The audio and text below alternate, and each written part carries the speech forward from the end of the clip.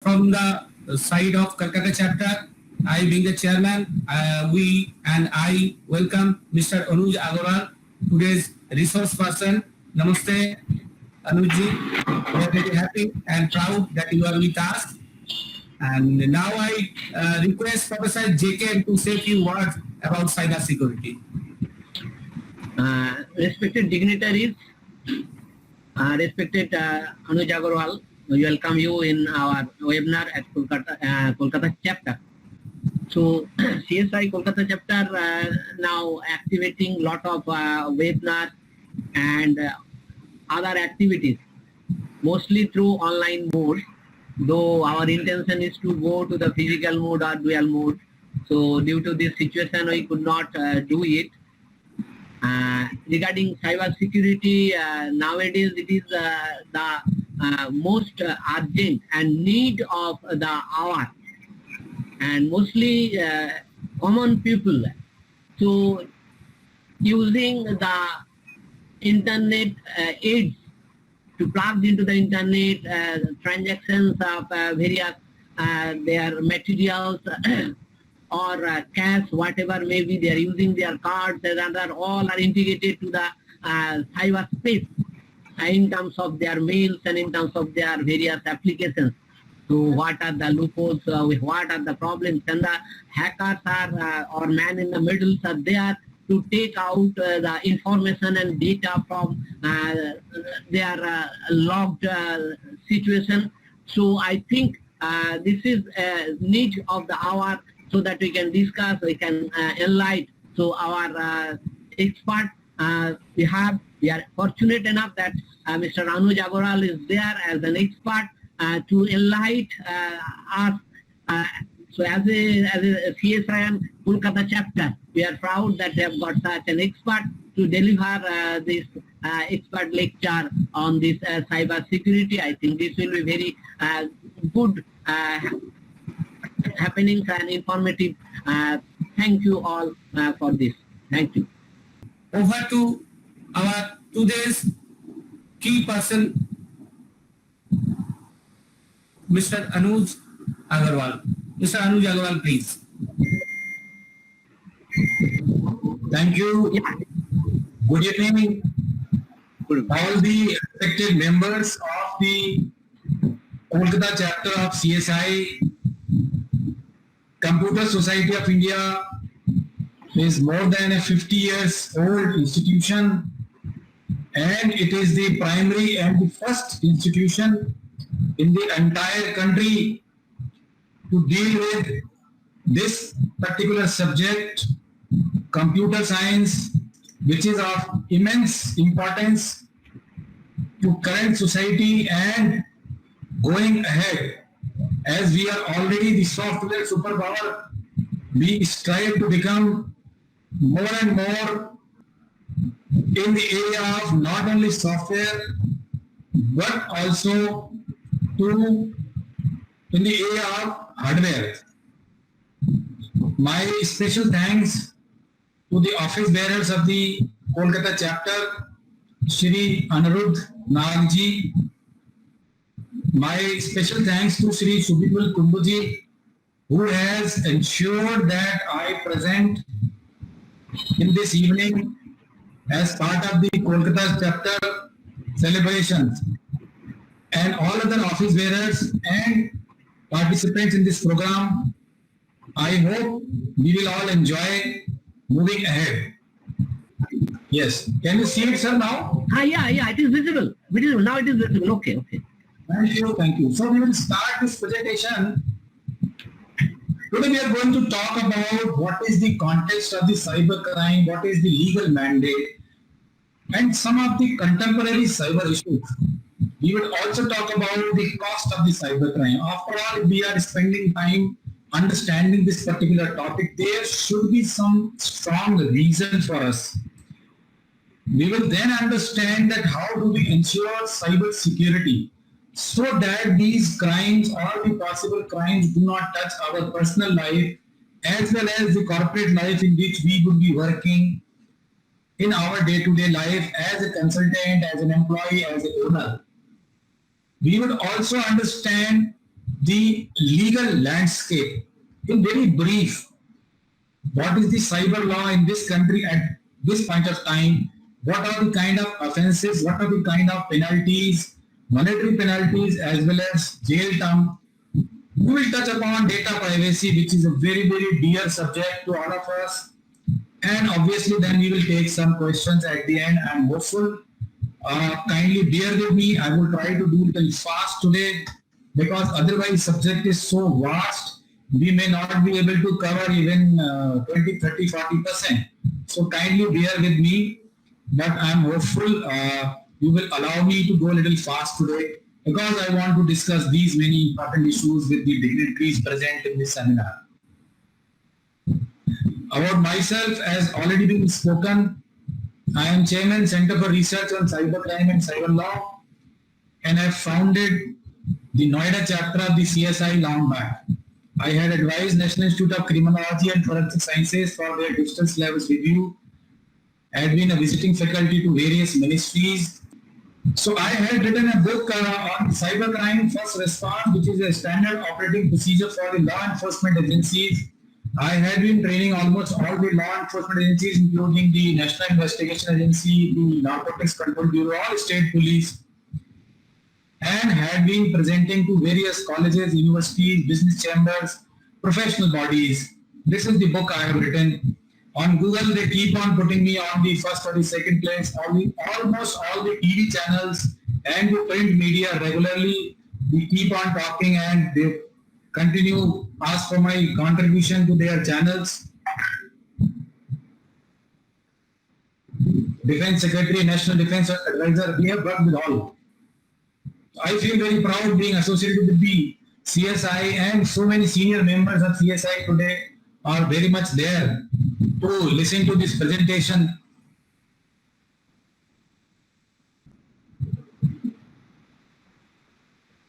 Now, how this cyber crime is happening? Let's have a look. APTs, Advanced Persistent Threat. A lot of people go and see movies and they see there is somebody, a young chap sitting on the computer, he is just pressing some keys and the hacking happens. No. As a research shows that it takes up to 229 days on an average for someone to enter into a complex network and do hacking, steal data, be it a government network, be it a secured private network. So APT, or the Advanced Persistent Threat, is one of the major threats or the major problems which we are facing for data breach, password theft of IPR designs, R&D information, employee personal sensitive information, etc. Then we are suffering from perimeter and insider breach. As we all understand that if data is so important, there would definitely be a lot of security in and around that particular database in that network. Now this security is divided into two major parts. One is the perimeter security, which is the outer security, and then you have insider security or the security at the endpoints, which is PCs, laptops, mobiles, and all other devices. Any of these places, if there is a breach happens. So perimeter security breach we can understand very well from the Ramayana.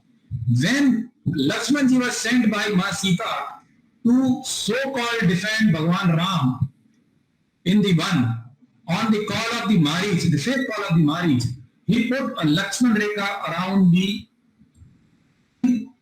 dear mother, please do not come out of this. This is the firewall. If anybody tries to cross, that person will get burned.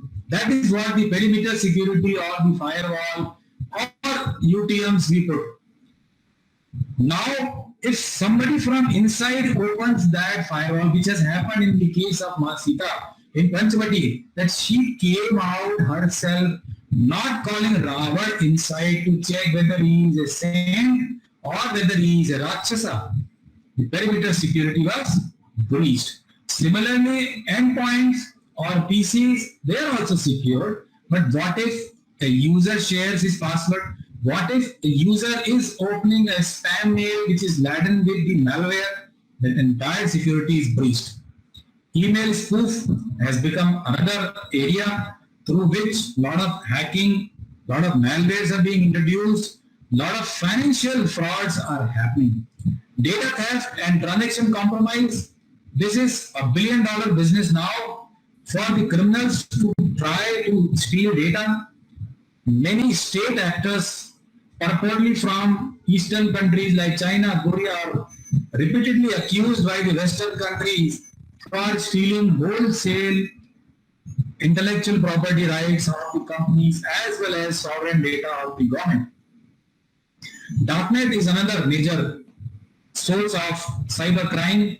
In the darknet, which is supposedly 9 times bigger than the internet, hell lot of drugs can be bought and sold.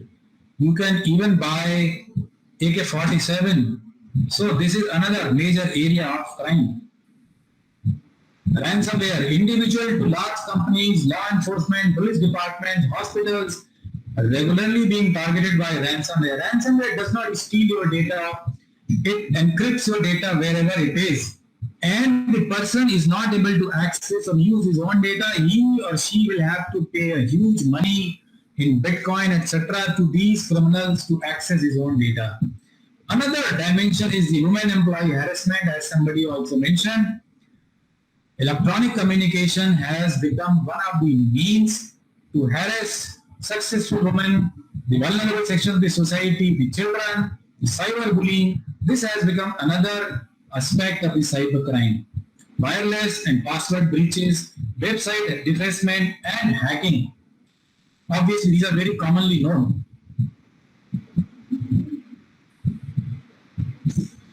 Now just look at the cost of the data breach, because what we are talking today is something very big. We are discussing it with keen interest. Why? Just I give you an example. Very recently, the Walmart of USA has invested in Flipkart in last 2 weeks only, and they have valued Flipkart India now at $24 billion. Walmart acquired Flipkart India around 2 years back, 2 to 3 years back, at a valuation of $16 billion. Just look in 2 to 3 years, the company's valuation has gone up by 50%. And look at this company, what they have, nothing. They do not have assets, they cannot have their own inventory. They are only a platform, because as per India's e-commerce policy, no company is allowed to hold their own inventory. They are only providing a platform to various retailers to sell their goods. So what is the value they are holding? They are having customers' data, their choice, their strength, how much they can buy, which particular product, at what price. So today, if you want to launch a phone in this country, and if you are not aligning with either Amazon, Snapdeal or Flipkart, probably your launch will be a failure, because the entire market has shifted to online. Nobody is now buying phones, especially smartphones, from the retailers. They are all buying online because they get a good deal, they get a home delivery, they have got a choice to make from hundreds of brands. So this is where the strength, the value of these data companies are. It is estimated that a typical data, say my data, your data, which is stored, which is shared very happily for 100 to 100 rupees to these platforms, is worth $154, which is around 12,000 rupees. So my data, which I share with the company for registration, they probably give me 100 to 100 rupees coupon, is actually 12,000 rupees. So that company is making 11,800 rupees by paying you a 200 rupees coupon for sharing your data on their portal. That's the reason. That's the reason we are discussing today the importance of cyber world. Now, the other side, the legal side. If somebody's data is stolen, compromised from an organization's website or otherwise, that person is liable to pay a compensation up to 1 crore to the person whose sensitive personal data is stolen or compromised in the existing IT Act.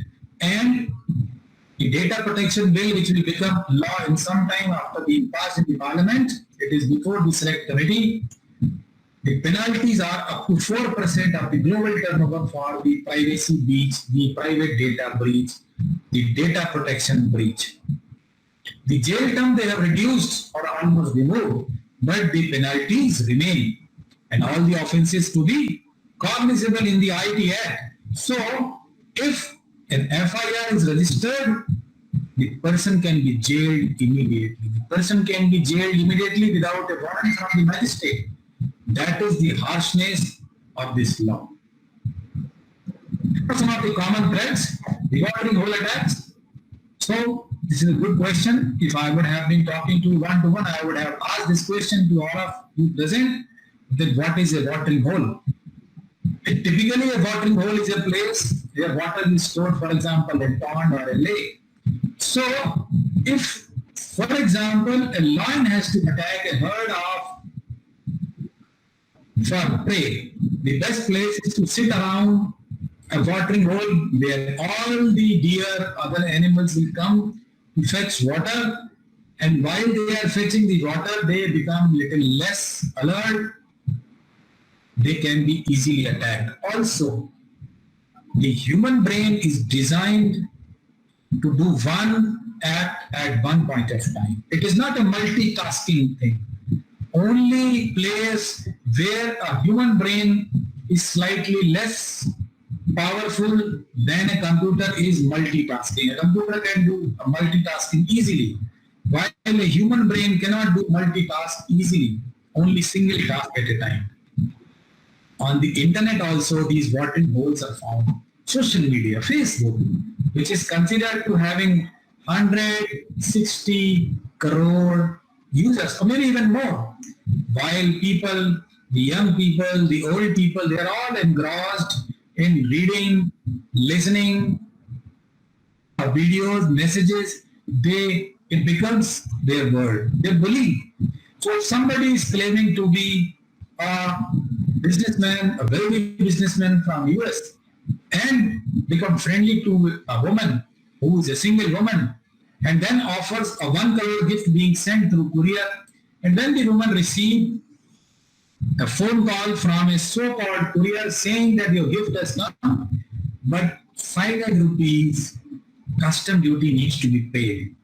The woman thinks that even if my friend does not pay that 5 lakh rupees to me, I'll still get 95 lakh rupees. She pays that 5 lakh rupees to the so-called custom through a bank entry. Lo and behold, everything gone, the courier goes, the custom goes, the friend goes, she's at loss of 5 lakh rupees. It is just a make-believe world. Whatever we are seeing in the social media, the youngsters, every age group, every sex, everybody, every profile, educated, non-educated, it becomes such a make-believe world where all your so-called friend list has many criminals into that. And they are attacking the vulnerable people, the young people, the children. It is also being used for bullying. It is being used for sexting. It is being used for rape parties, for distribution of drugs, so many things. Revenge porn.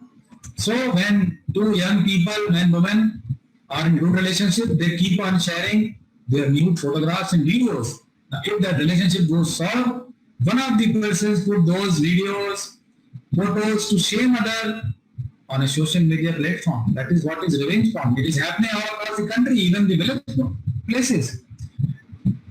This is what we are seeing today as a major threat.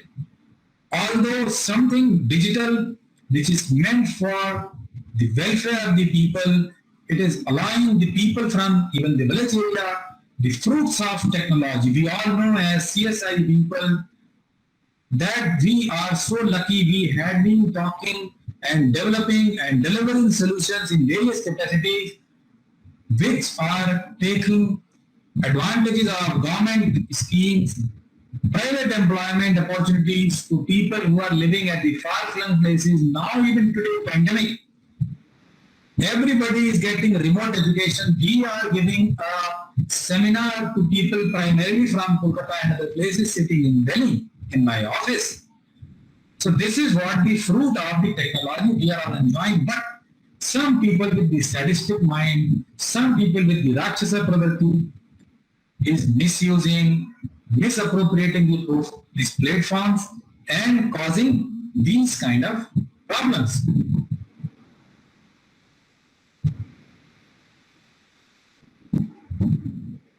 We keep on getting these kind of emails which says it is purportedly from your bank.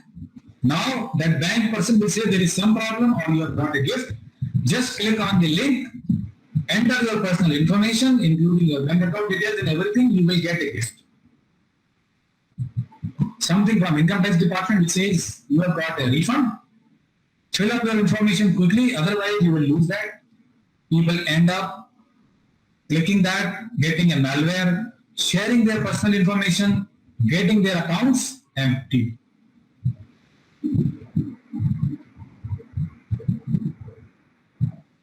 Many Facebook offenses, as I've already mentioned to you, sex offenses, luring for money and sex, drug-related offenses, illegal partying, burglary, dacoity, defamation, bullying, stalking, pornography distribution. In the corporate, if we look at a cybersecurity threats, say in a connected environment, e-commerce or other environment, we have web servers, we have online CD store, we have ISPs. So what are the issues? There are sniffers on the internet backbone, man in the middle attack. Our senior gentleman mentioned about that, yes. So your Wi-Fi, which can be accessed outside your office or your home, somebody can easily sniff, say, your password, or maybe enter into the network, sniffing your password, and then get all the traffic. If it is not encrypted, it can be easily. On these networks, people can also mount a DOS attack, distributed denial of service, hacking, malicious code attack, theft and fraud, line tax, vandalism.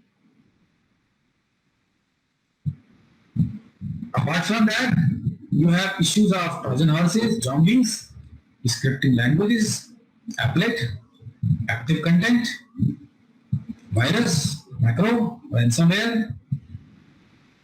There are different kind of threats, integrity threats, vandalism, masquerading or spoofing, DNS frauds, DOS attacks. Necessity, purpose is to disrupt or deny normal computer business.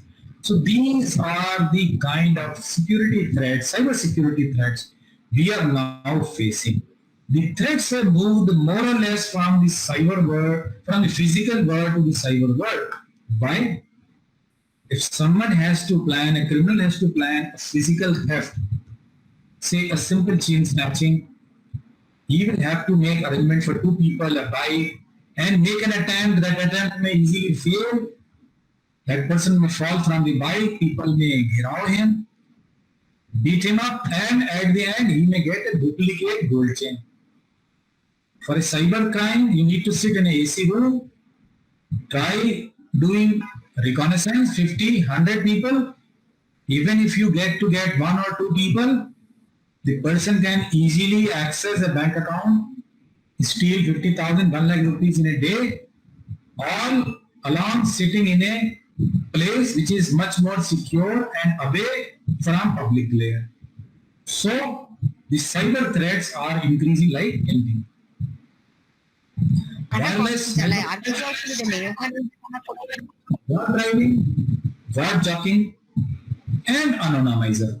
So these are also some of the threats which are very much prevalent. They are very much there and they are around in our vicinity. I'm talking about something which is not in your vicinity or you are secure or safe from that. No, it is everywhere.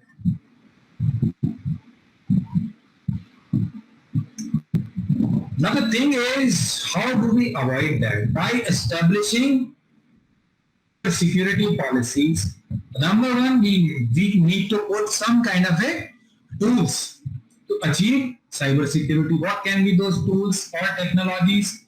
Encryption, network security protocols, virtual private networks, tunneling, firewalls, security tools, access controls, authentication, intrusion detection, proxy agent.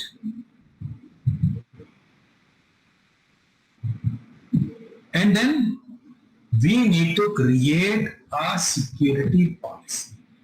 Now, the security policy is a techno-legal document. It is not only written by the IT department as an asset protection mechanism. No.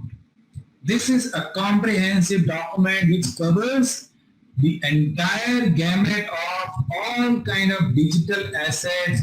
It affects everyone from the head of the department, director, owner, to the last man in the organization, to your PM, because everybody is using digital assets. Everybody is part of the network. Now, how do you do it? How do I do it? Security policy is a written statement which describes which assets to protect and why they are being protected, who is responsible for that protection, so ownership, which behaviors are acceptable and which are not.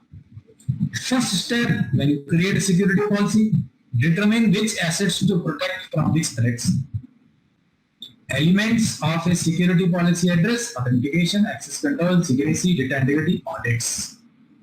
So we have something what we call as a comprehensive package, IPDRR: identify, protect, detect, respond, and recover.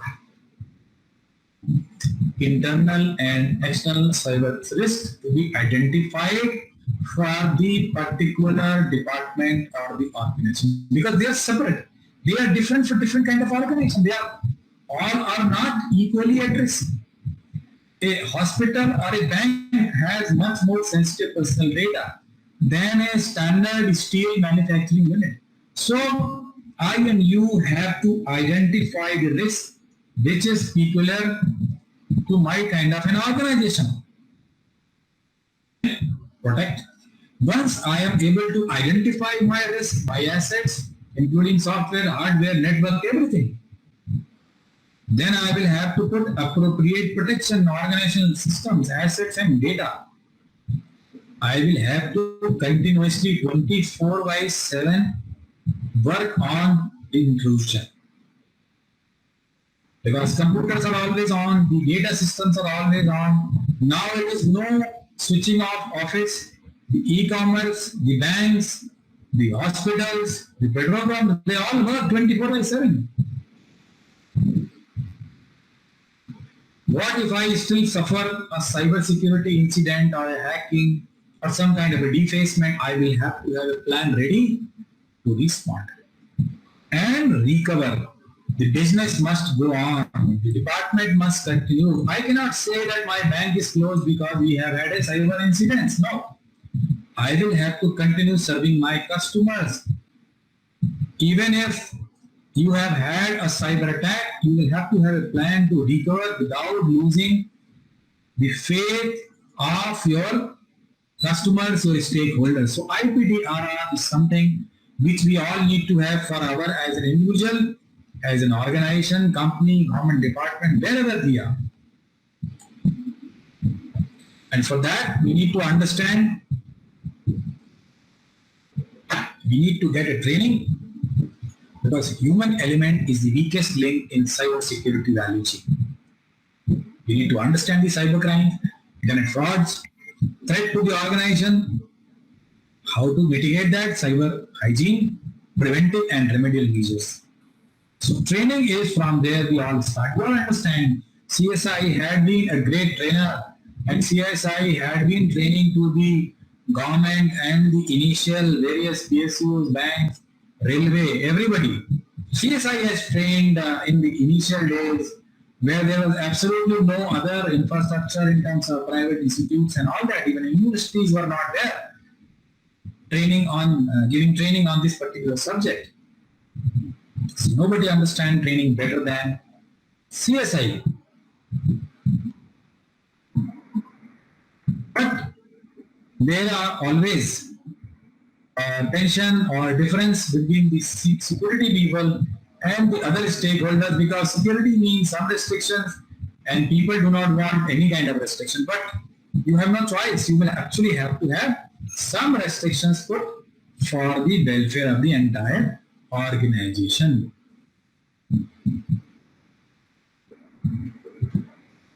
I'll just quickly go through some of the legal aspect also.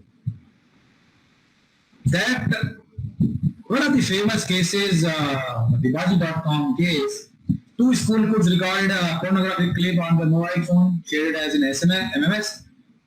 Other student put it on eBay.com for auction. Delhi police arrested the managing director of that company for publishing of information which is obscene in electronic form. Mr. Avnish Bajaj, who was an Indian American, who was the managing director of that company, he was arrested. Why? Question is why? He did not record that pornographic clip, neither he put it for sale. Why was he arrested? Look at the law. Offenses by companies. Where a person committing a contravention of any of the provisions of this act or of any rule, direction or order made thereunder is a company, every person who at the time the contravention was committed was in charge of and was responsible to the company for the conduct of business of the company as well as the company shall be guilty of the contravention and shall be liable to be proceeded against and punished accordingly. Now, who are these people? These people are director, manager, company secretary, or other officers like CEO, CFO. They are called the managerial personnel of the company. Section 77B. Notwithstanding anything contained in Criminal Procedure Code, the offences punishable with imprisonment of 3 years and above shall be cognizable. And in the IT Act, most of the offences are of 3 years and above. And cognizable offence means a person can be arrested without a warrant. So as soon as an FIR is registered, any and all of these people of the company can be arrested. Tough. There are a lot of penalties and compensation other offences. So if somebody's computer is used, access, secured without his or her permission, it's an offense. Any kind of information downloaded, offense. Any kind of virus sent. So if you are sending a mail which has a virus or a malware, it's an offense as per the IT Act. Any kind of damage caused to any other computer, any software changed without his permission, any network access. So somebody is accessing your Wi-Fi or your hotspot without your permission, it's an offense. So in that case, the person who has suffered this kind of a loss can get a compensation or go for an FIR against the accused. Now if that FIR happens, then what happens? That person can go to jail for 3 years and it's a cognizable offense. Other criminal offenses, punishment for cheating by impersonation by using computer resource. So if somebody is creating a Facebook ID in your name or you are creating in somebody's name, it's a serious offense, 3 years imprisonment. Somebody's digital signature being used, password being used, another serious offense. Or photo, video of somebody's private parts are being circulated without his consent through electronic media, again, serious offense. If pornographic material is circulated, serious offense, 5 years imprisonment. If pornography material of children is circulated, stored or privately viewed, 5 to 7 years imprisonment. So pornography of children in this country is totally banned, even in private. You cannot do it even in private. Any kind of a software tampering or any computer resource tampering, 3 years imprisonment. Any kind of a confidentiality. So if I am working with you in a confidential matter and I am getting access, so for example, if I am your auditor or if I am a police officer who has got access because of my position to your electronic information, if I am sharing that even with my family members, press, anybody other than my duty, or your consent is taken, 2 years imprisonment.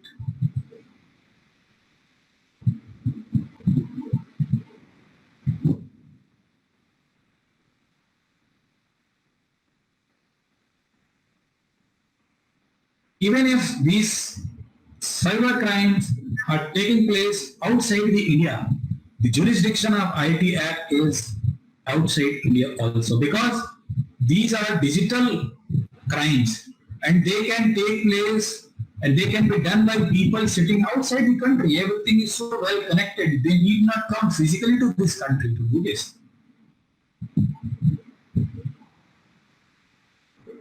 The police officer in IT Act has power to enter and do search and seize for offences where electronic devices are being used, whether the offence is already committed or is about to be committed. The police officer not below the rank of inspector can enter, do search and seize the items. This act has overriding effect over IPC, the Indian Penal Code. Anybody who is supporting these crimes, not doing himself or herself, but providing some tools, some help, some guidance, they can equally be punished under section 84B and 84C for abatement and attempt of cyber crime. So it is not those people only who themselves are committing cyber crime. Anybody who is helping in any manner by providing some technical knowledge, some technical tools, etc., providing his computer, providing his office, his residence, his internet, anything, they can also be implicated as per this particular act. So today what we have understood and we have discussed about some of the cyber crimes, the value of data assets, the digital assets, the law around it, many kind of financial crimes which are taking place, email crimes, the social crimes, etc., and they are not only happening in this country. Even if somebody is committing a cyber crime from abroad, the law is very much there. So we have very strict law to deal with these kind of crimes and criminals. So we also need to understand that if we want to avoid these kind of crimes being happening, we will have to follow IPDRR.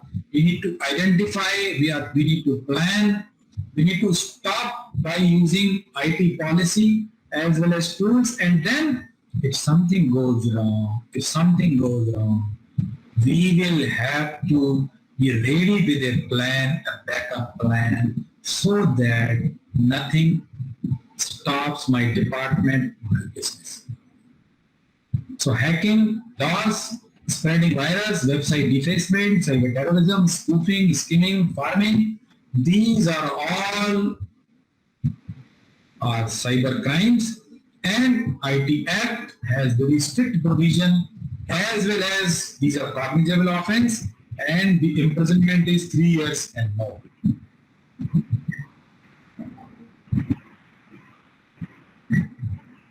So from my side, I think I have taken sufficient time.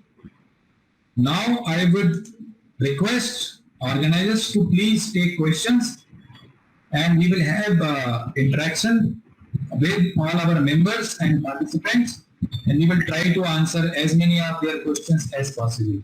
Thank you very much. Okay. Thank you, Anuj. Now some questions may be asked. I think Mrs. Lokanandra wanted to put some questions. Some chat questions are there. Mr. Kundu, I think I should finish that, then I can go to interaction. Okay. Let me finish. First, Mr. S. Rai Chaudhary asking, what is CRC-RCL? CRC-RCL is Center for Research on Cyber Crime and Cyber Law. the organization which I represent as chairman. Okay. Some other questions are there, just I am reading. If somebody is using the computer of a person without his knowledge and an Yes. offense is done, in such case, who will be liable and how we can establish liability of a person? See, the person who is using that, he will be liable for penalty as well as criminal prosecution. Now, as far as establishment is concerned, that is something very, very specific to the case. It will all depend what kind of material he has used. For example, a very simple example I can tell you, sir. The Wi-Fi in our homes, and that Wi-Fi signal typically goes beyond our homes to even our neighbor's home, and our neighbor's Wi-Fi signal comes to our home. Now, if some of that Wi-Fi is not password protected, or we somehow know the password being very simple, we can guess, or maybe we can hack or whatever you call it. So that particular person, when he comes to know that I am, say, using that Wi-Fi, he can claim compensation for the bandwidth which I used. Or if I have sent some obscene material or done some kind of other notorious activity, I can even be prosecuted for that. Okay, next question. Any kind of password hacking is a very simple issue for a hacker all over the globe. How to prevent hacking of password? Mr. Ashok Nath put this question. Actually, most of the time, if you see, the password is not hacked. It is guessed. So if somebody is keeping his phone number as the password, or his car number as the password, or his wife's name combined with, say, date of birth, etc. as a password. So some of these combinations are very common, and 1, 2, 3, 4, 5, 6 is one of the most common password people use for convenience. So most of the time the password is not actually hacked, it's guessed. So we need to keep a password which is sufficiently long, say 40 characters. It could be a pass sentence, a pass, not a password, but a passcode. And uppercase, lowercase numbers as well as special characters. So it will make it little complicated, we understand. But then for our own safety, security, and stopping us from becoming a victim of some kind of a police investigation by an office done by somebody else, we will keep it complicated. Okay, Dr. Sanjeev Gupta asks a question. Unisha, please enlighten us how we can protect ourselves from cybercrime as well as we all are using internet in every field. See, it is what we call as cyber hygiene. Now, if we follow certain cyber hygiene and cyber etiquettes, we can avoid what I can call as cyber accidents. As we drive on a highway, we follow certain rules of the road. For example, we drive on the left, we drive within the speed, we check our air pressure in our tires, we continuously check our brakes. So similarly, internet is also an highway on which we are coming with our computer and mobile. Now, if we have certain cyber hygiene, for example, we must avoid clicking on spam emails. We must avoid clicking those offers which are very tempting. Somebody says, I click this because there is an offer for Samsung TV 50-inch for 5,000 rupees. Looks very suspicious. Or somebody sending a mail that, I am from Africa and I want to send $1 million because my father left it to me and you are my trusted person. It is highly suspicious. Or somebody getting an income tax refund email who even doesn't have a PAN card. So that is where we must adhere to certain cyber hygiene and etiquette. Avoid these malware getting downloaded apps. Lot of torrents. So we get a lot of free books available. We get a lot of free movies for download. Most of these have malware embedded in that. That is why they are so-called freely available.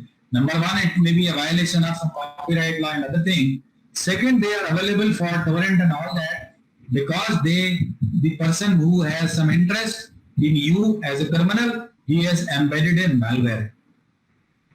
Obviously, we need to have a good antivirus, anti-malware software which should be licensed. Many people try to use a anti-malware or a antivirus software which is so-called available for free. That doesn't work. That may itself be a malware or a bomb. Please avoid. So if we follow certain basic hygiene and etiquettes, our working, our surfing on the cyber highway will be very, very pleasant. We must also avoid those sex chats, those dating sites, those XXX sites, which give a lot of allurement and of different type to people, because many of those sites compromise your data and misuse your data, your chats, your videos. Okay, Dr. Kalpana asked meaning of cyber hygiene. I think she has got the answer already. Next question. Please give some information about forum for complaint. Purna Sethi asking this question. What is that? Can you please repeat this? Forum for complaint. Oh, complaint forum. Okay. Yeah. Number one, you can go to your nearest police station and do a complaint, or you can do it online, cybercrime.gov.in. I have also put it on the chat box. So you can go to that particular website, and it has a complete complaint portal which is run by the Ministry of Home. So you can go and file your complaint using this particular portal. Otherwise, you can go to your nearest police station and do it. Okay, and Alakananda Rao asking the question, we often get calls which are suspicious. How do we report that number? Where? See, because this suspicious call business has grown so much, so until and unless you really get some loss because of that, these people avoid taking complaint. But yes, in the same portal you can make even that kind of a complaint. Deepananda is asking that can we get the PPT for presentation used by Dr. Anuj Agarwal? Yes, sure. Why not? I will send it to Mr. Kundu and Okay. chairman of the chapter. I think he can always distribute it. No problem. Okay. And You can send it to Mr. Kundu and also to Aniruddha Nag, Calcutta chapter. Send it to Calcutta chapter. I will send it to Mr. Aniruddha Nag, the chairman of the chapter. Yeah. And Okay. distribute to us. BP Sinha asking the question, during this pandemic period, have you come across any new event cases where cyber laws are inadequate and or ill-used by the regulatory agencies? It's a very wide question. You see, any law or any regulations which are created, they can always be manipulated by some very bright criminal-minded people. But our law is pretty comprehensive to a certain extent, and most of the events are covered by this law or the other laws which are in place. So that is not an issue. The law is not an issue, but obviously cooperation of the people and the resource constraint of various agencies is an issue. Okay. Normally, another question from Diganta Sengupta. Normally, many people use common computers such as lab computers in institutions. Now, if anyone logs in his Gmail account and syncs the account, will all saved password of his personal laptop get added in this common machine or vice versa? Similarly, if anyone else does the same, then will all the data of sync and will all them get credential of all of them? Obviously, I think he as well as probably given the full answer.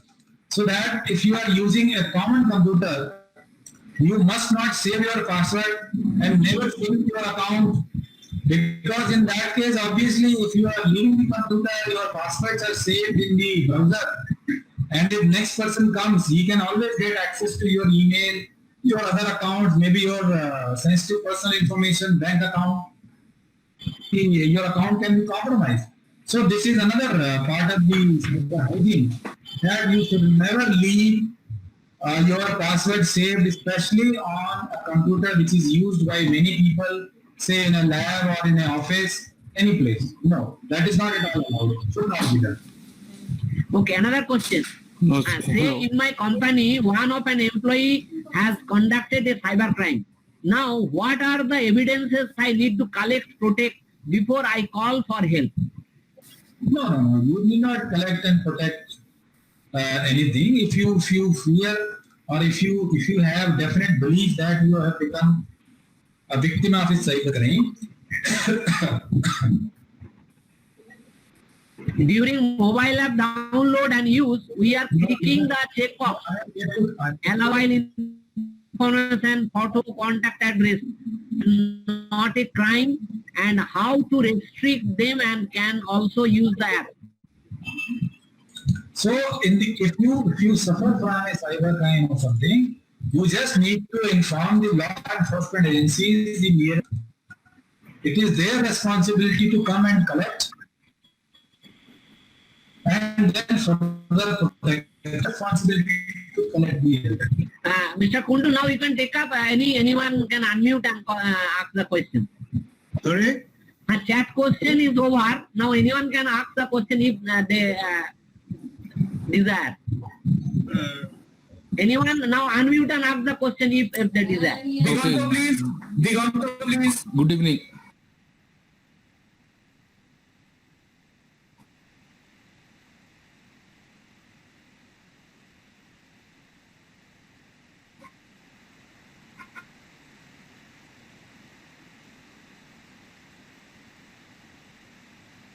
Came to know when the police come into my organization to investigate the matter. So how I can protect myself? Because I am not aware whether such mail has been sent or not. See, if you are running an organization, Yeah. you should first of all be aware about the law which makes you vicarious to criminal liability. So if something goes wrong in your organization, the managing director, the company secretary, the CEO, CFO are liable. That is the law. Now, if you want to protect yourself, you need to plan ahead before the crime takes place. That you need to put sufficient security measures, including an IT policy, a techno-legal IT policy.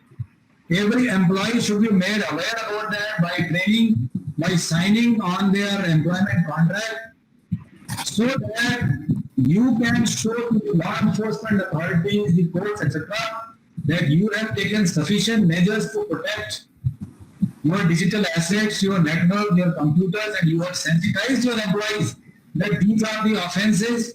If they do any such activity, it will be considered as offense. But if you haven't done any such thing, you are leaving yourself vulnerable, and the law will definitely catch up with you. Thank you.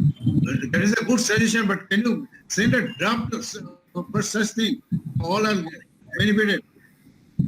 The problem that Mr. Sanjeev Gupta said, it is a problem for many organizations, many managers, many owners. Can you have a draft? You can always contact me, and we will try to help them, because it is something confidential, and it is something very individualistic in nature.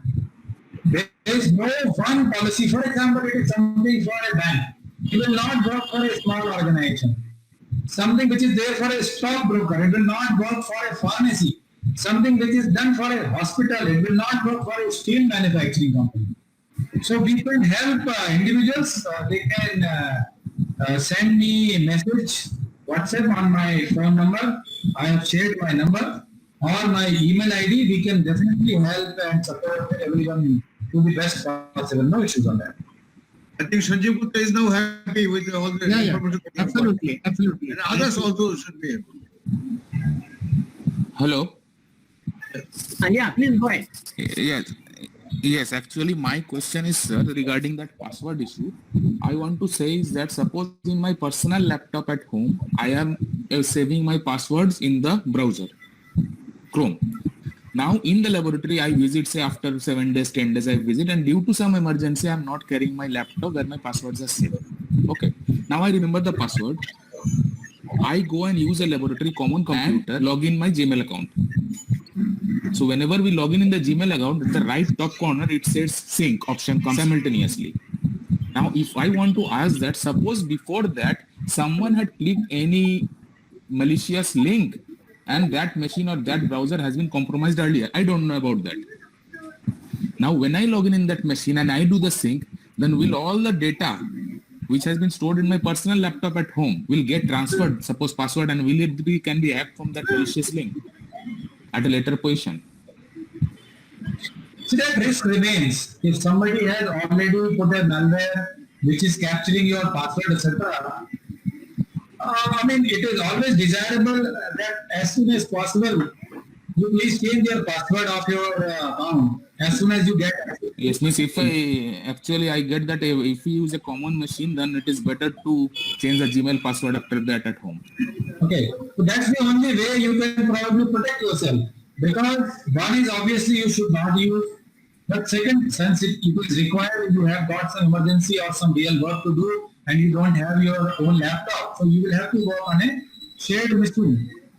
So, in any case, it should be a good habit that as soon as possible after that usage of a public machine, to change your password so that even if it is compromised, your loss is minimized or reduced. Okay, I get it. Yes, thank you. Thank you. So I think now Aniruddha, you can take over. I think question is over. Aniruddha, Chairman. Is there anybody who likes to ask any question to Mr. Anuj Agarwal? Anybody is there? He has taken a lot of trouble in eliminating us for such a long time.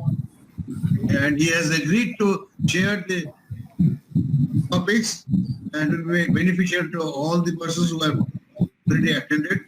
I found the number was around 48. Okay, you can thank him. Thank you, Mr. Anuj Agarwal. I would like to conclude this webinar, and I hope that this is the beginning, and Mr. Anuj Agarwal nicely presented and answered of all the queries put up by all the respondents.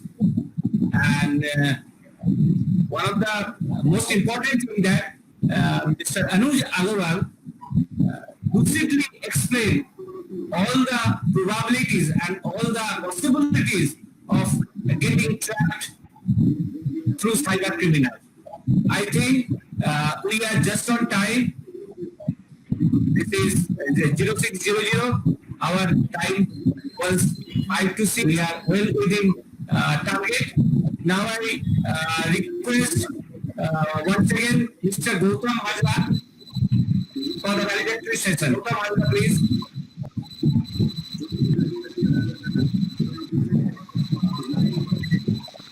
Mr. Gautam Hajra is there or he already left? I think he's not there. Okay, and now I request Mr. Shivdas Pal, one of our very veteran CSI member, our fellow, our ex-chapter chairman, to give the valedictory. Mr. Shivdas Pal, please. Shivdashpal is muted. Shivdashpal is muted. Yeah, Sir, please unmute yourself, sir. that's all, sir. Sir, please unmute. Please unmute yourself. That's all, sir. Shivdashpal, you are Please unmute yourself. Unmute yourself. Oh, in this process, he has already left the meeting. I think it is accidentally. I think he'll come. Yeah. Yeah, he has come. Please unmute. Tap on your. Yeah, now it's okay. Please. Can you hear me now? Yeah, now it's okay. It's okay. Please go ahead. Please go ahead. Good evening, everybody. I must thank Mr. Anuj Agarwal for the eloquent and very nicely presented, very difficult topic and very lucidly to everybody the intricacies of the cyber laws, crimes, what you can do to protect yourself as a common citizen as well as the professional, especially the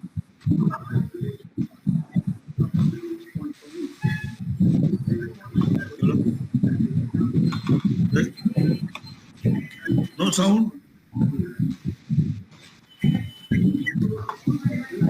and giving us. Thank you very much.